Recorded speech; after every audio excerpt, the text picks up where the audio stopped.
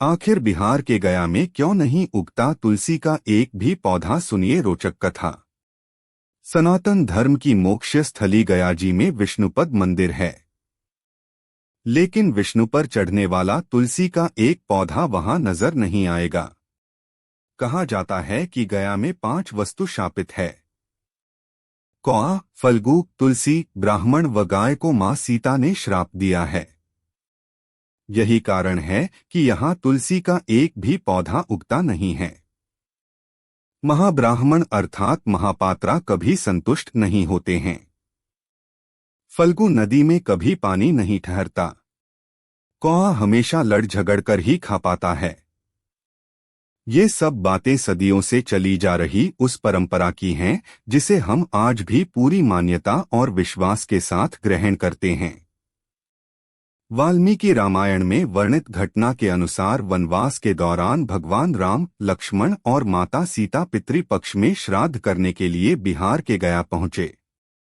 वहां महाब्राह्मण ने राम और लक्ष्मण को श्राद्ध कर्म के लिए आवश्यक सामग्री जुटाने के लिए कहा।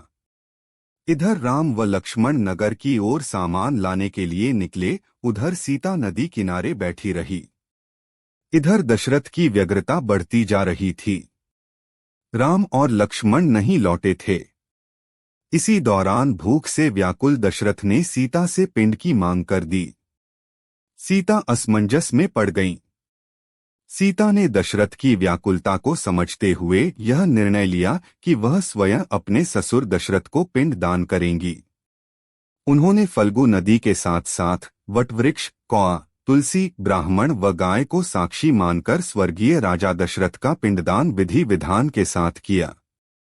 जैसे ही उन्होंने हाथ जोड़कर प्रार्थना की तो राजा दशरथ ने सीता का पिंड स्वीकार कर लिया।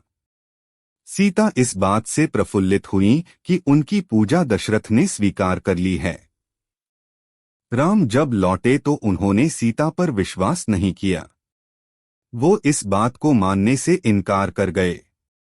उन्होंने कहा कि पिंड दान पुत्र के बिना नहीं हो सकता है। इसके बाद सीता ने कहा कि वहां उपस्थित फल्गु नदी, तुलसी, कौआ, गाय, वटवृक्ष और ब्राह्मण श्राद्ध कर्म की गवाही दे सकते हैं। राम ने जब इन सब से पिंडदान के संबंध में पूछा तो फल्गु नदी, गाय, कौआ, तुलसी और ब्राह्मण पांचों ने झूठ बोल दिया। सबने एक स्वर में गवाही दे दी कि सीता ने कोई पिंडदान नहीं किया है। लेकिन वटवृक्ष ने सत्य का साथ दिया। उसने राम से कहा कि सीता ने सबको साक्षी मानकर विधि पूर्वक राजा दशरथ का पिंड दान किया है। पांचों साक्षी के झूठ बोलने पर सीता ने क्रोधित होकर उन्हें आजीवन श्राप दे दिया। फल्गु नदी को श्राप दिया कि वह सिर्फ नाम की नदी रहेगी, उसमें पानी नहीं रहेगा। इसी कारण फल्गु नदी आज भी गया में सूखी है।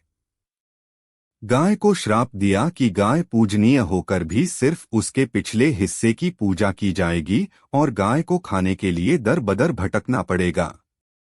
आज भी हिंदू धर्म में गाय के सिर्फ पिछले हिस्से की पूजा की जाती है। सीता ने गया के महाब्राह्मण को कभी भी संतुष्ट न होने और कितना भी मिले उसकी दरिद्रता हमेशा बनी रहेगी का श्राप दिया। इसी कारण महाब्राह्मण कभी दान दक्षिणा के बाद भी संतुष्ट नहीं होते हैं। सीता ने तुलसी को श्राप दिया कि वह कभी भी गया की मिट्टी में नहीं उगेगी। यह आज तक सत्य है कि गया की मिट्टी में तुलसी नहीं उगाया जाता है। कौआ को हमेशा लड़ झगड़ कर खाने का श्राप दिया था। कौआ आज भी खाना अकेले नहीं खाता है। सीता ने जहां इन पांचों को श्राप दिया, वहीं सच बोलने पर वट वृक्ष को आशीर्वाद दिया कि उसे लंबी आयु प्राप्त होगी। वह दूसरों को छाया प्रदान करेगा। पतिव्रता स्त्री उनका स्मरण करके अपने पति के दीर्घायु की कामना करेगी। आशा है आप सभी को यह कथा पसंद आई होगी। अगर कथा पसंद आए तो वीडियो को लाइक कीजिए, शेयर कीजिए। धन्यवाद।